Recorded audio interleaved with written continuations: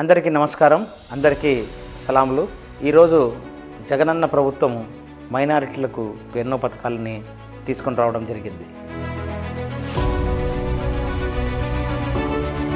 ముఖ్యంగా మైనారిటీలందరికీ ఒక వరంగా దివంగత ముఖ్యమంత్రి డాక్టర్ వైఎస్ రాజశేఖర రెడ్డి గారు 2007-8 సంవత్సరంలో 4% రిజర్వేషన్ తీసుకుని రావడం జరిగింది. ఆ 4% రిజర్వేషన్ ద్వారా ఎంతో మంది విద్యార్థులు, యువకులు ఈరోజు ఇంజనీర్లు, డాక్టర్లు కావడం జరిగింది. అలాగే ఈ ఫీజు రియంబర్స్మెంట్ స్కీమ్స్ ఇవన్నీ వీటితో ఉన్నత విద్యను అభ్యసించడం జరిగింది. అలాగే ఎంతో మందికి ఉద్యోగ అవకాశాలు కూడా ప్రభుత్వ రంగంలో వచ్చాయి. మరి ఈ 4% రిజర్వేషన్ని కంటిన్యూ చేయడము ఈ జగనన్న ప్రభుత్వంలో జరిగింది. రాబోయే కాలంలో ప్రతిపక్షాలు ఈ 4% రిజర్వేషన్ ఉండదు అనేది ఖరాఖండిగా చెప్తున్నాయి. అది అందరూ గమనించాల్సిందిగా నేను కోరుకుంటాను. మనకు ఈ రోజు మైనారిటీలందరికీ కూడా అన్ని నవరత్నాల పథకాలు ముస్లిం మైనారిటీస్కి అందుతున్నాయి. దాంతోపాటు ప్రతి ఇమాంకి 10,000, ప్రతి మౌజన్కు 5,000 ఇవ్వడం జరుగుతూ ఉంది. హజ్ యాత్ర, పవిత్ర హజ్ యాత్రను చేపట్టే యాత్రికులకు మనకు నిరుపేదవారికి 60,000, ఇతరులకు 30,000 అందజేయడం జరుగుతూ ఉంది. దీంతో పాటు ముఖ్యమైన విషయం ఏంటంటే గత సంవత్సరం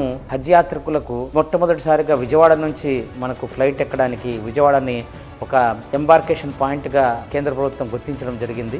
అప్పుడు 84,000 రూపాయలు మనకు అదనపు భారం పడితే వాటిని మనకు రాష్ట్ర ప్రభుత్వం భరించి అది హజ్ యాత్రికుడికి అందజేయడం జరిగింది. ఇది ఎక్కడ ఏ రాష్ట్రంలోనూ జరగలేదు, అది కేవలం ఆంధ్ర రాష్ట్రంలోనే జరిగింది.